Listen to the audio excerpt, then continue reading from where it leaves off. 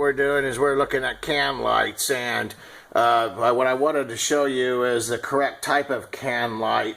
So when you get a can light to sitting up in these cavities like this, that there's no air to get to it, no place for it, there have to be specifically the right type of can light.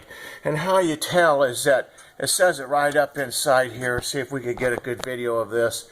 And you know, it's IECC approved, Air Tight Approved. What that means is it can be put into insulation around it. It's more fireproof. This is the code compliant. They are going to cost a few dollars more than your normal can light, but they have to be. So a lot of times what people do is they'll go get the cheapest can light, not knowing it makes any difference, and put fire hazards in their house.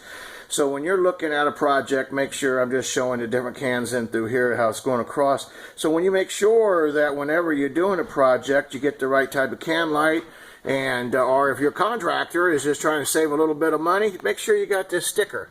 See this right in here? Make sure you get this right here. It's IECC, it's airtight, it's got all the information here.